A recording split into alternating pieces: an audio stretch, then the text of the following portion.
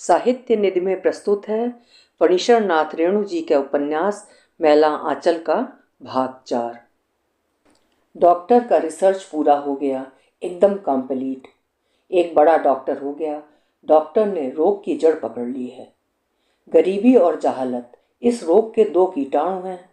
Anopheles से भी ज़्यादा खतरनाक सैंड फ्लाई, काला आजार का मच्छर से भी ज़्यादा जहरीले हैं यहाँ के। नहीं, शायद वो कालीचरण की तुलनात्मक उदाहरण दे बैठेगा। कालीचरण किसानों के बीच भाषण दे रहा था। ये पूंजीपति और जमींदार खटमलों और मच्छरों की तरह शोषक हैं। खटमल इसीलिए बहुत से मारवाड़ियों के नाम के साथ मल लगा हुआ है, और जमींदारों के बच्चे मिस्टर कहलाते हैं। मिस्टर मच्छर। दरार पड़ी दीवार, ये गिरेगी, इसे गिरने दो। ये समाज कब तक टिका रह सकेगा? तहसीलदार विश्वनाथ प्रसाद के दरवाजे पर पंचायत बैठी है। दोनों तहसीलदार के अगल बगल में बालदेव और कालीचरण जी बैठे हैं। बाभन राजपूत के साथ में बैठा है। यादव एक ही ऊंचे सफरे अर्थात बिछावन पर। अरे, जीबेसर मोची भी उसी कंबल पर बैठा है। बस अब रास्ते पर आ रहा है। देखो, आज तहसीलदार हरगौरी किस तरह हंस हंस कर कालीचरण से बात कर रहा है, मानो एक पियाली का दोस्त है। हाँ तो यादवों को अब जमाहिर लाल भी छतरी मान लिए हैं। कौन क्या बोल सकता है? बावन दास कौन जात है? कहाँ है बावन दास? पुरैनिया गया है। आज पंचायत के दिन उसको रहना चाहिए था। अरे भाई, बाहरी आदमी फिर बाहरी आदमी है, उसको इस गांव से कौन ज़रूरत है? यहाँ नहीं वहाँ। लेकिन कालीचरण, बाल, डोमन ठाकुर क्या कहता है सुनो। ठाकुर मतलब नाई टोले से और रजक टोले से एक एक आदमी को ऊंचे सफरे पर बैठने के लिए चुन लिया जाए। ओ आओ डोमन भाई, तुम अपने टोले से किसको पंच चुनते हो? बोलो, तुम ही आओ। और रजक टोले से तो प्यारे लाल है ही। आओ प्यारे। कालीचरण प्यारे को अपने ही पास बिठलाता है। तो बात यह है कि तहसीलदार विश्वनाथ प्रसाद जी सुपारी कतरते हुए कहते हैं, जमाना बहुत खराब आ रहा है। जो लोग अखबार गजट पढ़ते हैं वही जानते हैं कि कितना खराब जमाना आ रहा है। बंगाल की तरह अकाल फैलेगा। यदि अकाल पड़ गया तो जो सुराज मिलने वाला है वो नहीं मिलेगा। यदि मिलेगा भी तो उसकी सारी ताकत तो लोगों को खिलाने में ही लग जाएगी। इसीलिए हम लोगों को धरती से ज़्यादा अन्न उपजाना चाहिए। अभी मान लो कि कर कचहरी फर फौजदारी करके तुम खेत पर दफ़ा 144 लगा देते हो, फिर 145 होगा। इससे ज़मीन में धान तो रोपा नहीं जाएगा, खेत पड़ती रहेगा और अन्न होगा नहीं। इसके बाद मालिक लोगों से यदि धान मांगोगे तो कहाँ से देंगे मालिक लोग? अपने खर्च के लायक धान मालिकों के पास होगा नहीं, और सरकार वसूली करेगी लाठी के हाथ से, कानून से। बड़े मालिकों के बखारों में भी चमगादड़ झूलेंगे। तो हमारा यही कहना है कि सभी भाई आपस में विचार कर मिलकर देखो कि किस काम में भलाई है। ओ, तो ये पंचायत सिर्फ बेजमीन वालों को ही सीख देने के लिए बिठाई गई है? चुप रहो। तहसीलदार जो कह रहे हैं नहीं समझ रहे हो। पक्की बात कहते हैं तहसीलदार, काबिल आदमी हैं। अरे आज ही ये कालीचरण और बालदेव आया है ना। पहले तो हम लोग के आँख कान यही थे। इन्हीं के साथ बैठकर गजट में सुना था कि नेताजी सिंगापुर में पुसुप विमान पर आ गए हैं। तहसीलदार ठीक कहते हैं।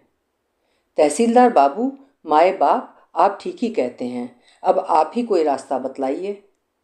हाँ हाँ तहसीलदार काका, आप ही जो कहिए। ठीक है, क्या कालीचरण जी? तहसीलदार हरगौरी हंसकर पूछता है।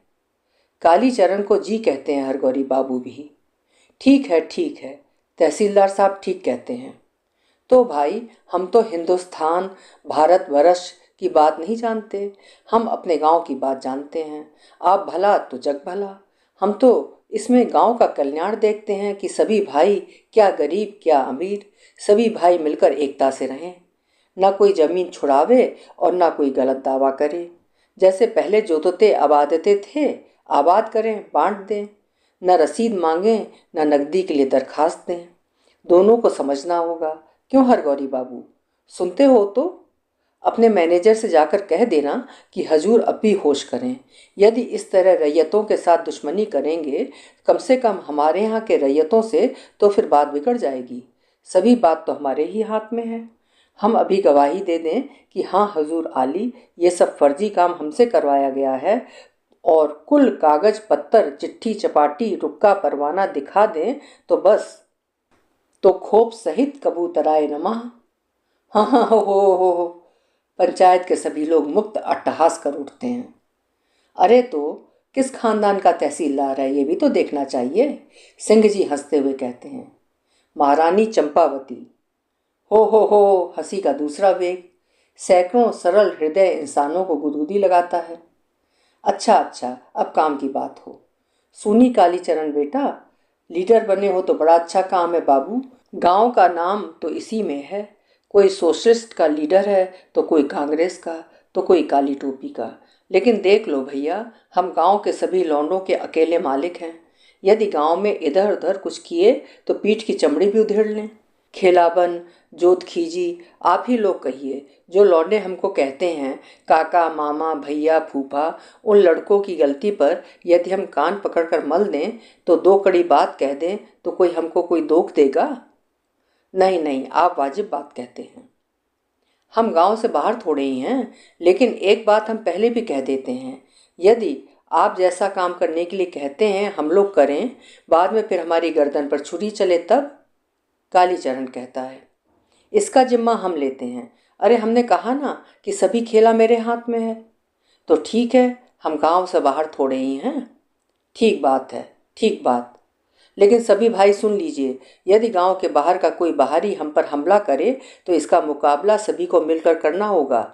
हाँ, यदि बाहर वाले इस गांव की ज़मीन वालों पर हमला करें तो सबों को सहायता करनी होगी। गांव की ज़मीन गांव में रहेगी, बाहर वाले क्यों लेंगे? समझे? संथाल लोग गांव के नहीं, बाहरी आदमी हैं। जरा विचार कर देखो, यही तो तंत्रिमा का सरदार है। अच्छा तुम ही बताओ जगरू, तुम लोग कौन तत्मा हो? मगहिया हो ना? अच्छा कहो, तुम्हारे दादा ही पश्चिम से आए और तुम्हारी बेटी तिरहुतिया तंत्रिमा के यहाँ ब्याही गई है। मगहिया चाल चलन भूल गए, अब तिरहुतिया और मगहिया एक हो गए हो। लेकिन संथालों में भी कमार हैं, मांझी हैं। वे लोग अपने को यहाँ के कमार और मांझी में कभी खपा सके? नहीं, वे तो हमेशा हम लोगों को ही छोटा कहते हैं। गांव से बाहर रहते हैं। कहो तो गाने किसी संथाल को, विदेशिया का गाना या एक कड़ी चैती कभी नहीं गावेगा। इस देश का दारू हरगिज नहीं पिएगा, जब पिएगा तो पचाए ही, समझो सोचो। तहसीलदार साहब दरवाजे पर बैठे बीहन लेने वालों से कहते हैं, 150 से ज़्यादा लोग हैं। कालीचरण जी भी हैं, वासुदेव जी और बालदेव जी भी हैं। तहसीलदार साहब एकदम ठीक कह रहे हैं। नहीं भाई, जो भी कहो, तहसीलदार साहब ही एक आदमी हैं जो कि गांव की भलाई बुराई की बात समझते हैं। ठीक कहते हैं तहसीलदार साहब, एकदम से फाटक खोल हुक्म दे दिए हैं। कोई बात नहीं, इस बार तुम लोगों को संदेह क्यों हुआ? अधियादार लोग तो बीहन के वाजिब हकदार हैं, और जो लोग मेरे अधिया नहीं हैं उन्हीं से पूछो कि किसी साल हमने लौटाया है किसी को। तब बात यह है कि पिछले साल जैसी उपज हुई सो तो देखा ही हुआ है। तिस पर पैडी लाभी अर्थात पैडी लेवी कानून का देना भी बाकी है। बहुत कोशिश पैरवी करके किसी तरह 100 मन कराया है। हरगौरी बाबू की कृपा से तो 500 मन लग गया था। इनसे शायद दरोगा साहब ने पूछा और इन्होंने बता दिया कि 5000 मन धान होता है। वो तो थाना कांग्रेस के सेक्रेटरी ने कितनी कोशिश करके इसको 100 मन बनाया है। कल हरगौरी बाबू से पूछ रहे थे कि कहिए बाबू हरगौरी जी, यदि 500 मन धान अभी दे देते तो गांव वालों को बीहन और खर्चा कहाँ से मिलता? तहसीलदार होने से ही नहीं है। ठीक बात, वाजिब कहते हैं तहसीलदार साहब। कालीचरण के मन में बहुत से सवाल आते हैं, पर वो नहीं पूछेगा। उस दिन सेक्रेटरी साहब ने साफ कह दिया कि कामरेड, अभी संघर्ष मत छेड़ो। सबसे पहले अभी किसी एक इलाके में एक एरिया लेकर इसको एक्सपेरिमेंट मतलब एक्सपेरिमेंट करेंगे, तब इसके बाद और इलाके में इसके लिए हुक्म देंगे। सो भी संघर्ष से 1 महीना पहले दरख्वास्त लेना होगा लोगों से, फिर इंक्वायरी, फिर एग्जीक्यूटिव, तब जाकर राय निकलेगी कि संघर्ष करना चाहिए कि नहीं। मेल माफत और पंचायत से अभी जो काम चले चलाइए, कुछ दिन के बाद तो पार्टी एकदम धावा बोल देगी।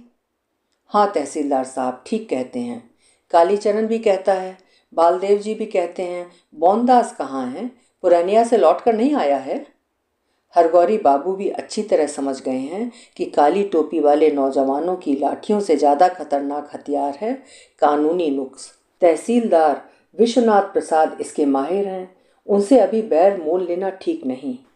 सिंह जी को, हरगौरी को तहसीलदारी पर पूरा भरोसा था, काली टोपी वाले संयोजक जी पर पूरा विश्वास था, लेकिन तहसीलदार विश्वनाथ ने तो कानून की ऐसी लकड़ी लगाई कि भूमिहार भी मात।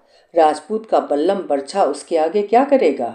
ऊपर से कितना हंसमुख और कितना मिठगोलिया है तहसीलदार विश्वनाथ, लेकिन पेट में जलेबी का चक्कर है। राज का नया सर्किल मैनेजर दांतों तले उंगली दबाता है। ऐसा कानूची आदमी, कहा इस्तीफा दे दो, इसीलिए तड़ाक से दे दिया, कांग्रेस का लीडर हो गया। हद है, इससे पार पाना मुश्किल है। हरगौरी ने सिंह जी के नाम संथाल टोली की 25 एकड़ जमीन बेनामी करवाई है, जिसमें से 2 एकड़ सिंह जी को मिलेगी। खेलावन ने भी 5 बीघा संथाल टोली की बंदोबस्त ली है। बेतार का खबर सुमृत दास कोयरी टोले वालों से कहता है, यदि हरगौरी तहसीलदार ने तहसीलदार विश्वनाथ प्रसाद के नाम 200 बीघे और मेरे नाम से 50 बीघे की लिखा पढ़ी नहीं की तो फिर देख लेना। हाँ, कायस्थ हैं, खेल नहीं।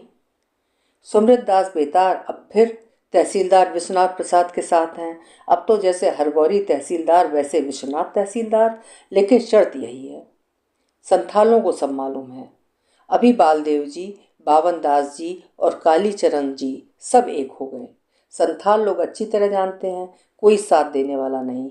धर्मपुर में देखा नहीं, ऐसा ही हुआ। इसीलिए बड़े बूढ़े ठीक कह गए हैं, यहाँ के लोगों का विश्वास मत करना, जब जिससे फायदा हो ले लेना, मगर किसी का साथ मत देना। संथाल संथाल हैं और दिक्कू दिक्कू। संथाल लोग गैर संथाल को दिक्कू कहते हैं।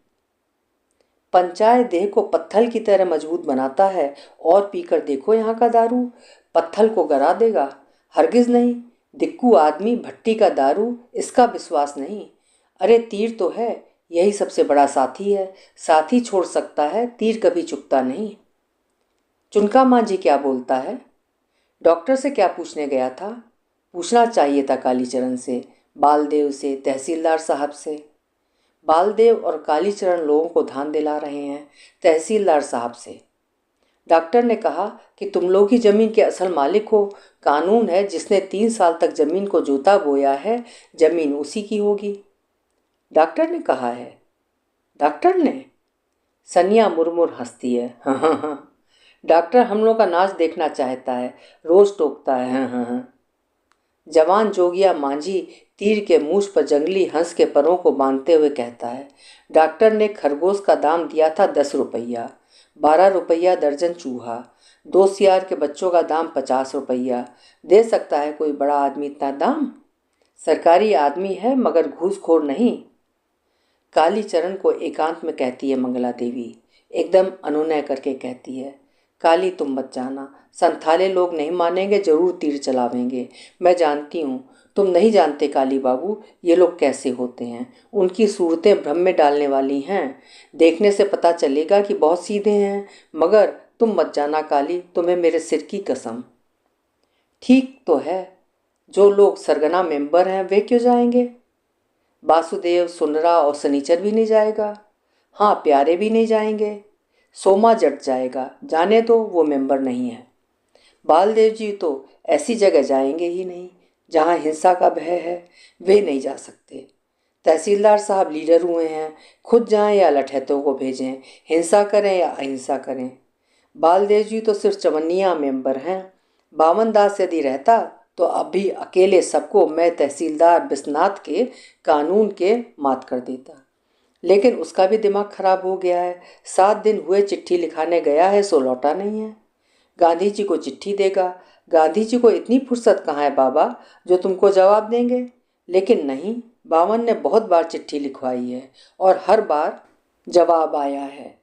भाई बावन दास जी, आपका खत मिला। उस बार शशांक जी सबको पढ़कर सुना रहे थे। महात्मा जी ने बावन दास को प्रणाम लिखा है। बावन दास को महात्मा जी भगवान कहते हैं। बावनदास जरूर अवतारी आदमी है, वो ठीक कहता था। भारत माता और भी जार बेजार रो रही है। मैया रे मैया, बाबा हो बाबा। कौन रोती है? कौन? रंपियरिया रोती है। उसके भाई गनेरी को तीर लग गया। कहाँ लगा? किसने मारा? संथालों ने?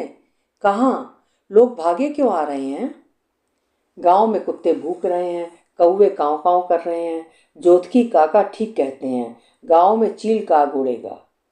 हंसेरी बलवा, लाठी निकाल रे। कहाँ हंसेरी? भाला निकालो रे। कहाँ हंसेरी? कैसा बलवा, क्या बात? संथाल लोग तहसीलदार विश्वनाथ प्रसाद के 40 बीघा वाले बीहन के खेत में बीहन लूट रहे हैं। नई बंदोबस्ती वाली जमीन में? नहीं भाई, अपनी खास जमीन में, कोठी के पास वाली जमीन में। लाठी निकालो। गनेरी ने हल्ला किया, तीर छोड़ दिया। जांग में लगा है तीर, लहू की नदी बह रही है, बेहोश है, अस्पताल में टांग कर लाया गया है। संथाल लोग बेखौफ धान का बीचड़ उखाड़ रहे हैं। चलो चलो, मारो साला संथाल, बाहरी आदमी, जान जाए तो जाए। तहसीलदार विश्वनाथ प्रसाद की ही जमीन पर धावा किया है, चलो रे। भौं भूं, कुत्ते परेशान है भूखते भूखते। रिंग रिंग रिंग रिंग, डा डा डा डा डा डा। संथालों के डिग्गा और मादल एक सुर में बोल उठे, ring ring ring ring ring, डा डा डा डा डा। आज रिंग रिंग का ताधिन ता अथवा डा डिग्गा नहीं, सिर्फ रिंग रिंग रिंग डा डा डा ये खेत में बजा रहा है, संथालियों को सचेत कर रहा है। तुम लोग भी तैयार रहो, डा डा डा डा डा। संथाली ने जवाब देती हैं, री री री री, अर्थात तैयार हैं। जूड़े में फूल खोसने में बस जितनी देर लगे, तैयार हैं। जय काली माई की जय। 200 गलों की आवाज़ सुनकर काली थान के बड़गाछ पर बैठे हुए कौवे एक ही साथ काँव काँव कर उड़ते हैं। कुत्ते और भी जोर से भौंकने लगते हैं। जय काली माई जी की जय, महात्मा गांधी की जय, इनकिलाब जिंदाबाद, भारत माता की जय, सोशलिस्ट पार्टी की जिंदाबाद, झंडा हिंदू राज का, हिंदू राज की जय, तहसीलदार विश्वनाथ प्रसाद की जय, बालदेव जी की जय। घेर लो चारों ओर से, भागने न पावे। हो।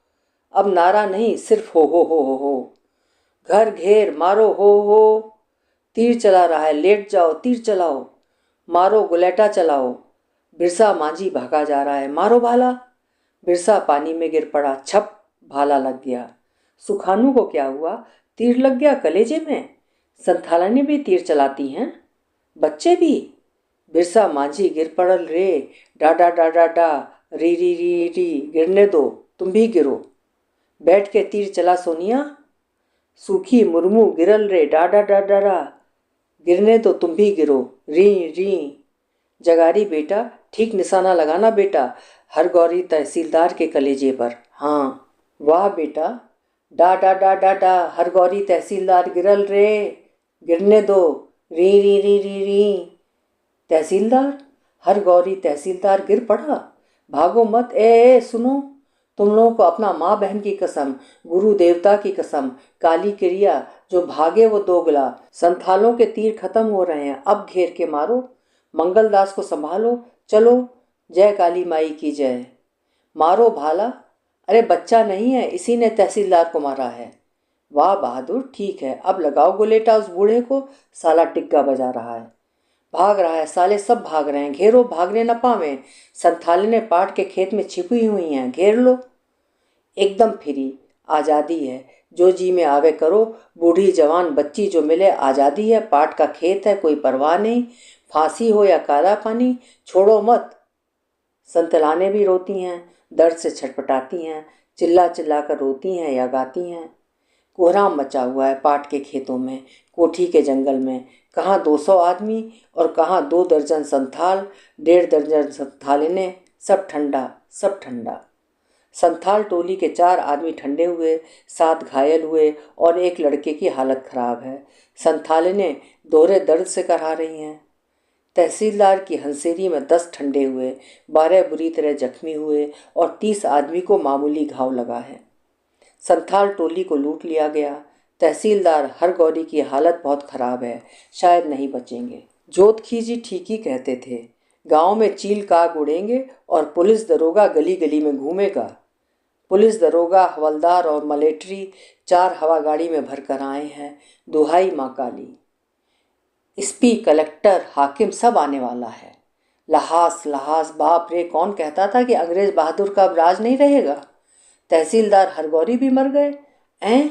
कोई घर से मत निकलो, पाखाना पेशाब सब घर के ही अंदर करो, घर से निकले कि गिरफ्त कर लेगा।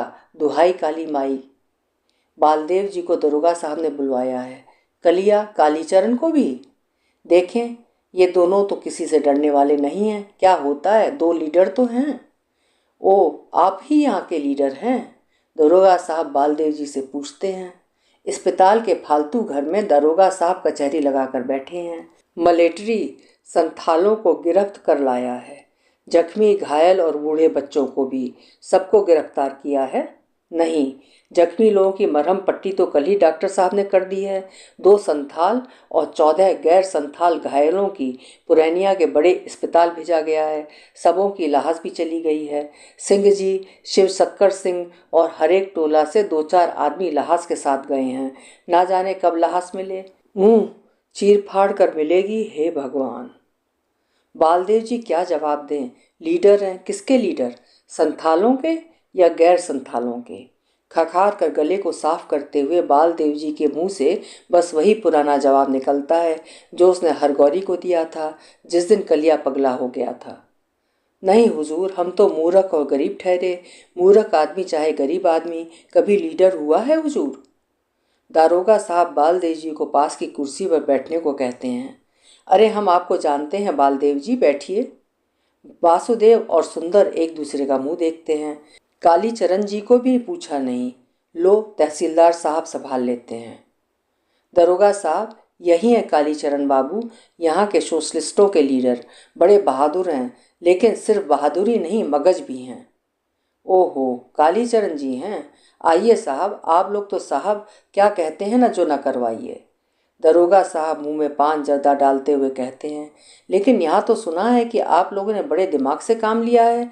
हमको तो सुबह आते ही सारी बातों का पता चल गया। तारीफ करने के काबिल। वाह, बैठिए। कालीचरण बैठते हुए कहता है। देखिए दरोगा साहब, यदि आपस की पंचायत से सारी बातों का फैसला हो जाए तो हम लोगों को पागल कुत्ते ने नहीं काटा है। जो आपस की पंचायत से, ये खूनी केस? दरोगा साहब का पान भरा मुंह एकदम गोल हो जाता है। नहीं, ये नहीं, ये आधी बट्टेदारी का सवाल। ओह, दरोगा साहब ने पीक की कुल्ली फेंकते हुए कहा। वो तो सब ठीक है। अरे, आप ही हैं सोशलिस्ट पार्टी वाले हैं। कहिए तो, जो काम पंचायत से या 4 आदमी की राय से नहीं होगा वो क्या कहते हैं, तूल फजूल से हो सकता है? हिंसा के रास्ते पर तो हरगिज जाना ही नहीं चाहिए। बालदेव जी बहुत गंभीर होकर कहते हैं। क्या कहते हैं? दरोगा साहब बालदेव जी की बात में टीप का बंद लगा देते हैं। क्या कहते हैं? दरोगा साहब बात करते समय हाथ खूब चमकाते हैं और कनखी भी मारते हैं। वासुदेव और सुंदरा एक दूसरे को देखते हैं। बालदेव जी जानते ही क्या हैं जो बोलेंगे। देखा, कालीचरण ने कैसा गटगटा कर जवाब दे दिया। हिंसा हिंसा का सवाल नहीं है बालदेव जी, असल है बुद्धि। यहीं पर हमारी पार्टी के कोई और कामरेड रहते तो हो सकता है दूसरी बात होती। बुद्धि की बात है। कालीचरण बालदेव जी को जवाब देता है। कालीचरण और बालदेव जी ने दारोगा जी को दिखला दिया कि बुद्धि है। उमेर देखकर मत भूलिए दरोगा साहब, ये वो बात नहीं है। अच्छा तो बालदेव बाबू, जब यह वाकया हुआ तो क्या कहते हैं, आप कहाँ थे? दरोगा साहब पूछते हैं। बालदेव जी फिर खखारते हैं। हाँ हाँ जी हजूर, हम तो मठ पर थे जी। बात यह है कि हम वैष्णव हैं। उस दिन हमको गुरु जी कंठी देने वाले थे। सुबह तो धान दिलाने में ही कट गई। पिछले पहर तो हम जैसे ही कंठी लेकर उठे कि ततमा टोली की रमपियरिया रोती हुई गई। ओह, आपको पहले से कुछ पता नहीं था? दरोगा साहब गंभीर होकर पूछते हैं। जी, इनको क्या, किसी को पता नहीं। खेलावन सिंह यादव हिम्मत से काम लेते हैं। आखिर दारोगा साहब के लिए इतना खाने का इंतजाम भी तो वही कर रहे हैं। वो दारोगा साहब से क्यों नहीं बोलेंगे? तहसीलदार साहब कुछ नहीं बोलते हैं। ओ खेलावन जी, आइए बैठिए। ठीक है, हम यहीं हैं। जरा हुजूर जल्दी किया जाए, उधर ठंडा हो जाएगा, खेलावन जी कहते हैं। अच्छा तो कालीचरण जी, आप कहाँ थे जब ये वकुआ हुआ? दरोगा साहब कमर के बेल्ट को खोलते हुए कहते हैं। अगमू चौकीदार को डर होता है कहीं दरोगा जी पेटी खोलकर मारना ना शुरू कर दें बालदेव और कालीचरण जी को। जहां दरोगा जी पेटी को खोलते हैं, अगमू का चेहरा फक हो जाता है।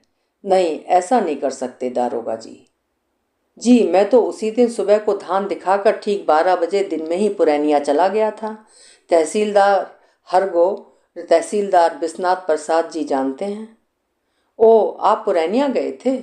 दरोगा साहब एक लंबी सांस छोड़ते हैं।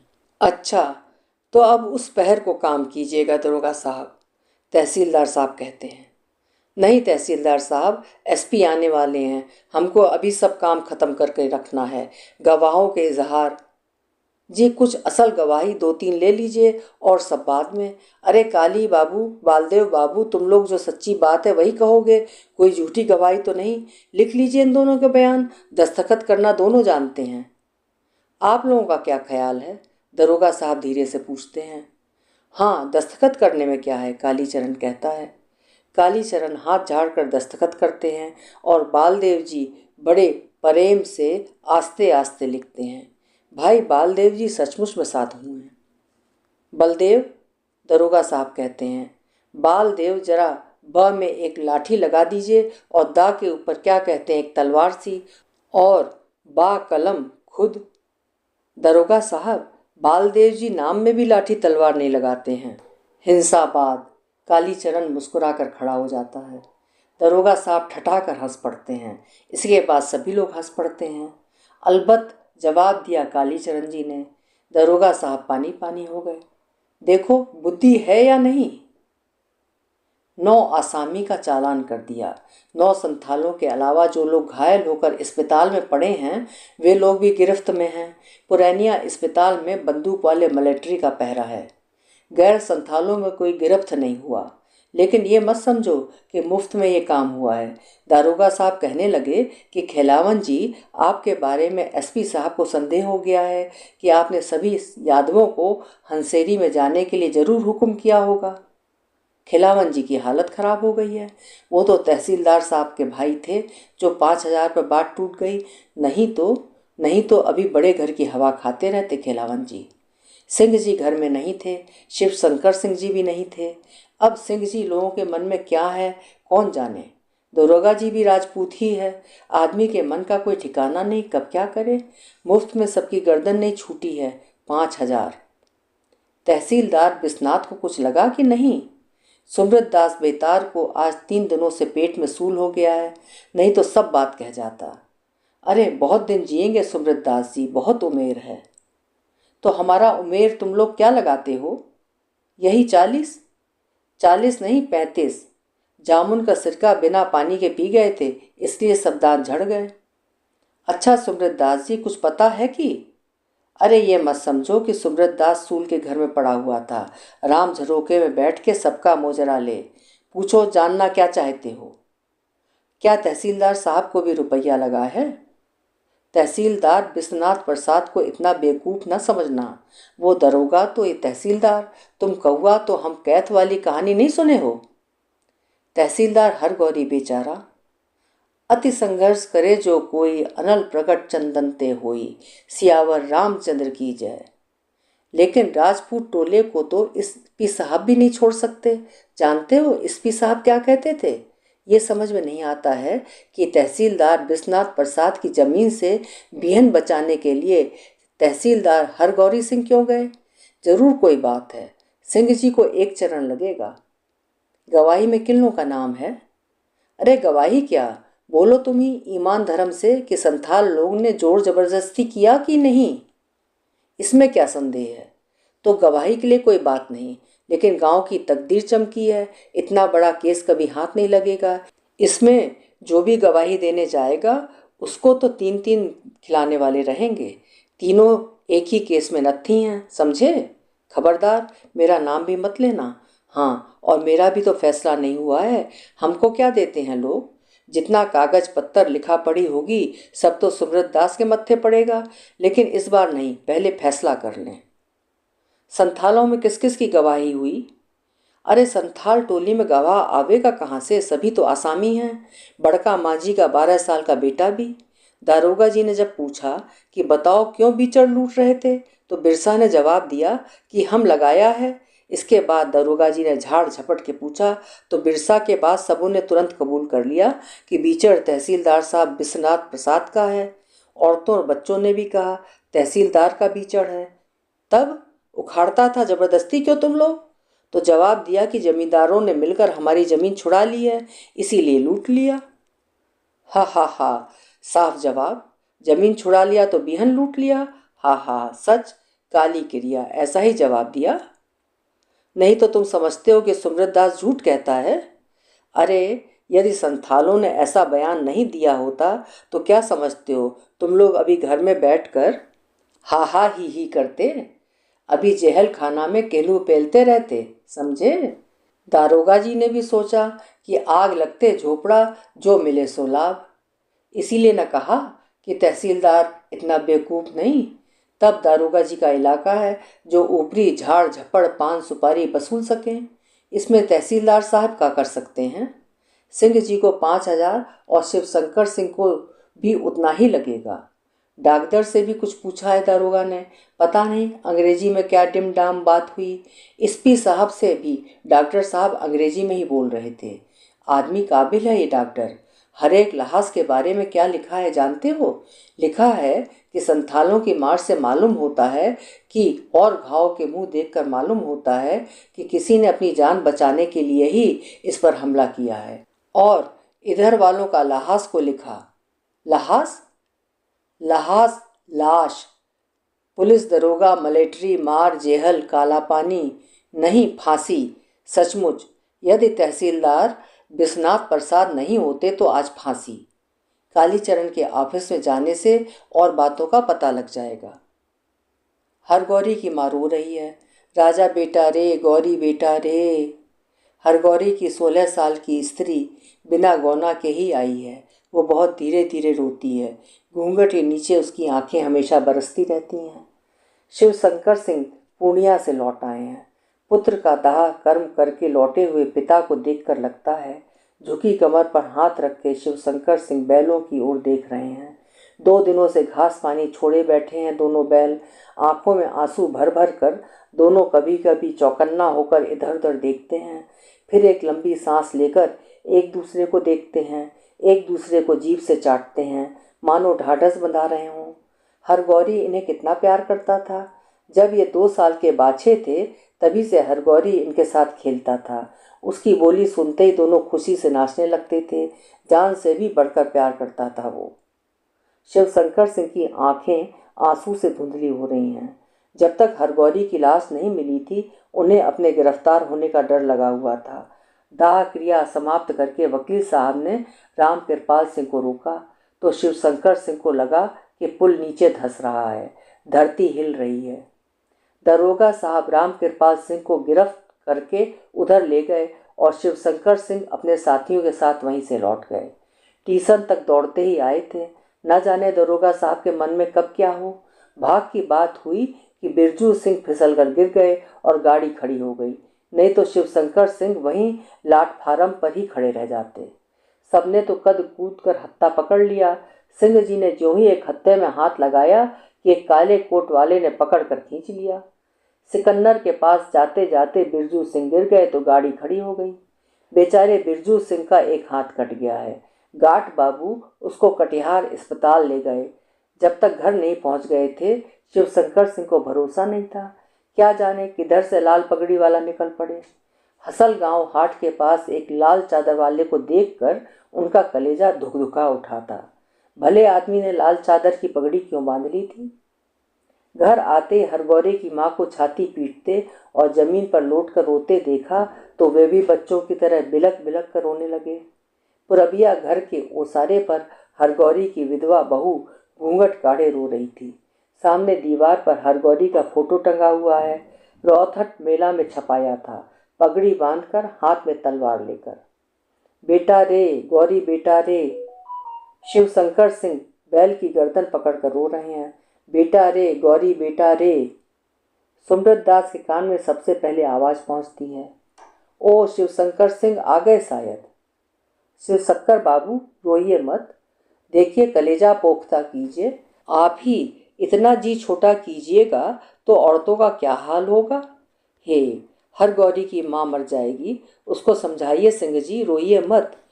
सुमृत दास जी शिव शंकर सिंह को अखबार मतलब बाहों में भरकर पकड़कर ले आते हैं, समझाते हैं तथा आसपास खड़े लोगों से कहते हैं, भाई क्या समझाया जाए, किसको समझाया जाए। पुत्र शोक से बढ़कर और कोई शोक क्या हो सकता है। हम क्या समझावेंगे, हमको तो खुद भोगा हुआ है। एक एक कर 4 लाल को कमला किनारे अपने हाथ से जलाए हैं। कलेजा पत्थर हो गया है। पुत्र शोक, हे भगवान किसी को ना हो। शिव शंकर सिंह और जोर जोर से रोने लगते हैं।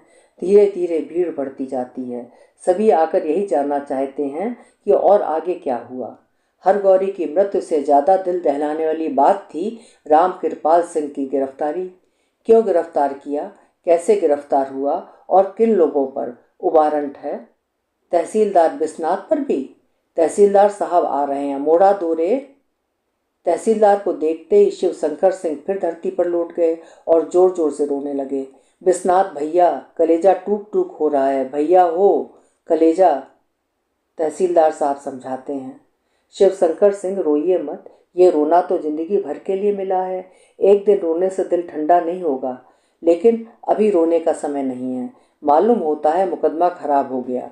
सिंह जी के गिरफ्तार होने का मतलब ही है कि मुकदमा खराब हो गया। अब किसके सिर पर कौन आफत है कौन जाने। खूनी केस है, उठिए, आपसे प्राइवेट में एक बात करना है। शिव शंकर सिंह तुरंत उठकर खड़े हो गए और तहसीलदार साहब के पास दरवाजे से जरा दूर चले गए। सुब्रत दास भी प्राइवेट सुनेगा, तब ठीक है, असल बात का पता अभी तुरंत लग जाएगा। दरवाजे पर खड़े सभी एक ही साथ लंबी सांस छोड़ते हैं। अब किसके सिर पर क्या आफत है कौन जाने। हे भगवान। प्रणाम जोतकी काका। जोतकी काका के साथ खिलावन भी आया है। जोतकी जी पास के खाली मोड़े पर बैठ जाते हैं। खिलावन भी तहसीलदार साहब के प्राइवेट में जाकर शरीक हो जाता है। जोतकी जी धीमी आवाज़ में लोगों से कहते हैं, तुम लोग यहाँ खड़े होकर क्या कर रहे हो।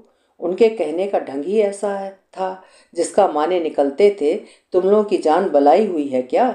यहाँ से जितना जल्दी हो सके खिसक जाओ, वरना क्या ठिकाना।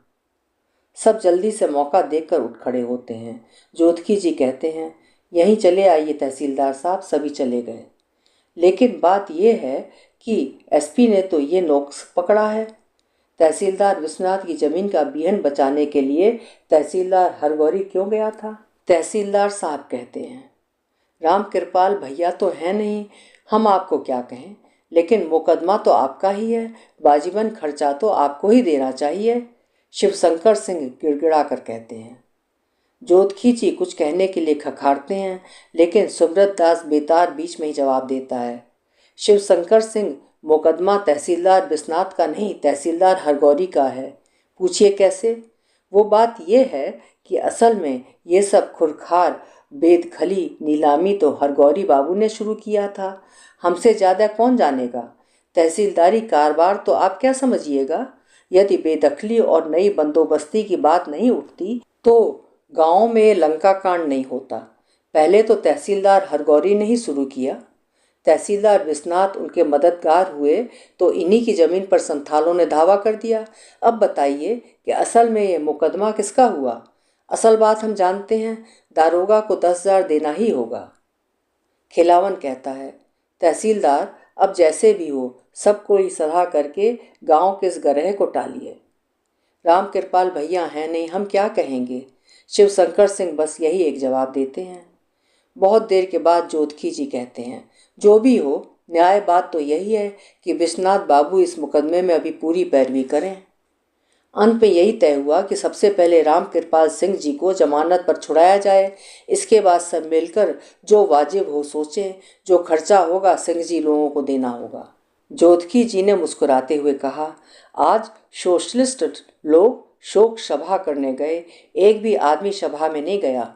सब लोग सभा का अर्थ समझ रहे हैं। कोई बात हो तो फुच्च से सभा। हम कहते थे ना, गांव में एक दिन चील का आग उड़ेगा। जोतकी काका, सभा जुलूस को दोख मत दीजिए। कालीचरण बगल में अंधेरे में खड़ा था। आओ काली। तहसीलदार साहब हंसते हुए कहते हैं, तुम लोगों को गवाही देनी होगी, सो जानते हो ना। बालदेव जी को भी तुम ही दोनों लीडरों की गवाही पर ही सारी बात है। कालीचरण ने मोड़े पर बैठते हुए कहा, गवाही देनी होगी तो देंगे। जो बात जानते हैं वो कहने में क्या है। दरोगा हो, एसपी हो, चाहे मजिस्टर कलेक्टर हो, सच्ची बात कहने में किसका डर है। वाजिब बात, वाजिब बात। जोतकी जी को छोड़कर बाकी सभी कहते हैं वाजिब बात। तहसीलदार साहब का नौकर रंजीत दौड़ता हाँफता आता है। कमली दैया, फिर तो यहाँ क्या है, डॉक्टर के यहाँ जाओ। तहसीलदार साहब झुंझलाते हुए उठते हैं। भगवान जाने क्या दवा करते हैं डॉक्टर लोग। इतने दिन हो गए, बीमारी 16 आने से 12 आना भी नहीं हुई। तो असल बात खुल गई। मामले मुकदमे की 16 आने बाद जो है सो कालीचरण और बालदेव के हाथ में है। शिव हो, शिव हो। जोतकी काका उठते हुए कहते हैं, काली बाबू कल जरा अपना हाथ दिखाना तो देखें तुम्हारे हाथ की रेखा क्या कहती है। जन्मदिन और महीना याद है। जोतकी जी के पेट में डर समा गया है। कालीचरण और बालदेव जी के हाथ में जब सब कुछ है तो वे जितना नाम बतला दें वो गिरफ्त हो जाएगा तुरंत। और कालीचरण ही क्यों, बालदेव भी उन पर मन ही मन नाराज हैं। बालदेव का तो उतना डर नहीं, मगर कलिया शिव हो, शिव हो। लक्ष्मी दासन आज मन के सभी द्वार खोल देगी, एक लक्ष्य द्वार। बालदेव जी, जी। रामदास फिर बौरा गया है। कल भंडारी से कह रहा था, लक्ष्मी से कहो एक दासी रखने की आज्ञा दे। कहिए तो भला। बालदेव जी क्या जवाब दें। दासी रखना धर्म के खिलाफ है, यह उनको नहीं मालूम। 2-3 महीने ही हुए उन्होंने कंठी ली है। मठ के नियम धर्म नेम टेम के बारे में वे क्या कह सकते हैं। लेकिन महंत सेवादास ने भी तो। लक्ष्मी कहती है, आप उसे समझाइए बालदेव जी, वो बौरा गया है। आजकल ततमा टोली में आना जाना शुरू कर दिया है। भगवान भगत ने कल हिसाब किया है। रमपियरिया की माँ को 4 सेर चावल दिलवा दिया रामदास ने। फिर मैंने पूछा तो बोला, मठ का पुराना नौकरान है, भूख से मरेंगे वे लोग। जब दिन भर बैठकर सिर्फ बीजक बाँचने वाला दूध मलाई खाता है तो। लक्ष्मी कहते कहते रुक जाती है। बालदेव जी आजकल कुछ मतसून हो गए हैं। सीधी बात भी समझ में नहीं आती, कुछ नहीं समझते हैं। कितने सीधे सूधे हैं। आपका मठ पर रहना उनको पसंद नहीं। लक्ष्मी बालदेव की ओर देखती है। तो हम चले जाते हैं। यदि हमारे रहने से मठ का नियम भंग होता है तो हम चले जाते हैं। कहाँ जाइएगा। चन्नन पट्टी। लक्ष्मी का कलेजा धड़क उठता है, धक। इधर कई दिनों से बालदेव जी बहुत उदास रहते हैं। खाना पीना भी बहुत कम हो गया है। कहीं घूमने फिरने भी नहीं जाते। आसन पर पड़े बीजक पाठ करते रहते हैं। तहसीलदार साहब कह गए हैं, बालदेव की गवाही पर ही मुकदमे की सारी बात है। बालदेव जी सुनकर बोले, गवाही के लिए हम कटघरा में नहीं चढ़ सकते। महात्मा जी कहीन हैं, झगड़ न जाओ कचहरियाँ, बेमनमा के ठाट जहाँ। आज मठ सूना है। आज ही लक्ष्मी सब कुछ कह देगी बालदेव जी से। आप चन्नन पट्टी चले जाइएगा और मैं। आप। लक्ष्मी बालदेव की आंखों में आंख डालकर देखती है। लक्ष्मी जब जब इस तरह देखती है, बालदेव न जाने कहाँ खो जाता है। एक मनोहर सुगंध हवा में फैल जाती है, पवित्र सुगंध, बीजक से जैसी सुगंधी निकलती है। हाँ, मैं कहाँ जाऊंगी, मेरा क्या होगा। महंत की दासी बनकर ही मैं मठ पर रह सकती हूँ। लक्ष्मी की आंखें भर आती हैं। नहीं लक्ष्मी, तुम रामदास की दासी नहीं, मैं, तुम, आप। बालदेव जी। लक्ष्मी पगली की तरह बालदेव जी से लिपट जाती है। रक्षा करो बालदेव, तुम कह दो एक बार, तुम्हें रामदास की दासी नहीं बनने दूंगा। तुम बोलो, चंदन पट्टी नहीं जाऊंगा, मुझे छोड़कर मत जाओ बालदेव, दुहाई। लक्ष्मी। बालदेव जी लक्ष्मी को संभालते हुए कहते हैं, कोई देख लेगा। लक्ष्मी बालदेव जी के गले से हाथ छुड़ाकर अलग बैठ जाती है, सिर नीचा करके सिसकती है। बालदेव की सारी देह झन्न झन्न कर रही है। कनपट्टी के पास लगता है तपाए हुए नमक की पोटली है। एक बार आश्रम में उनके कान में दर्द हुआ था। गांगुली जी ने नमक की पोटली से सेकने को कहा था। कलेजा धड़ धड़ कर रहा है। लक्ष्मी की बाँह ठीक बालदेव जी की नाक से सट गई थी। लक्ष्मी के रोम रोम से पवित्र सुगंधी निकलती है। चंदन की तरह मनोहर शीतल गंध निकल रही है। बालदेव का मन इस सुगंध में हेल डूब अर्थात डूबना उतराना कर रहा है। वही लक्ष्मी को छोड़कर चंदन पट्टी में कैसे रह सकेगा? रूपमती माए जी लक्ष्मी। गवाही ने बालदेव जी की खोई हुई कीमत को फिर बहुत तेजदार कर दिया है। बालदेव जी कहते हैं, महात्मा जी का रास्ता हम कभी नहीं छोड़ सकते। झगड़ू न जाओ कचहरिया, ददलवा के ठाट जहां। लेकिन बालदेव जी को तो कुछ भी नहीं कहना पड़ेगा। उनसे पूछा जाएगा कि यह दस्तखत आपका ही है? ये कहेंगे कि हाँ, बस और कुछ कहना ही नहीं है। दस्तखत तो बालदेव जी ने किया था, ये तो झूठ बात नहीं, कालीचरण ने भी किया था। चाहे जैसे भी हो, बालदेव जी को गवाही के लिए राजी करना ही होगा, नहीं तो सारे गांव पर आफत है। कोठारिन लक्ष्मी दासिन को तहसीलदार साहब समझाकर कह दे तो बात बैठ जाएगी। डॉक्टर साहब जय हिंद। आओ कालीचरण, क्या हाल है? तुम भी पूर्णिया गए थे? जी, अभी तुरंत आ ही रहा हूँ। उम्मीद है गांव के सभी लोग छूट जाएंगे। हम लोगों को सत्तो बाबू वकील ने जरह में बहुत तोड़ना चाहा, मगर उनको भी मालूम हो गया। बालदेव जी की बात हम नहीं जानते, लेकिन सुना है वो भी खूब डटकर जवाबदेहीन हैं। हमसे कहा कि आप पढ़ना लिखना नहीं जानते, आप दस्तखत करना नहीं जानते। मैंने कहा, मैं पढ़ना लिखना भी जानता हूँ और दस्तखत करना भी जानता हूँ। दारोगा साहब के सामने भी दस्तखत किया था। आप कहिए तो आपको भी दिखा दूँ।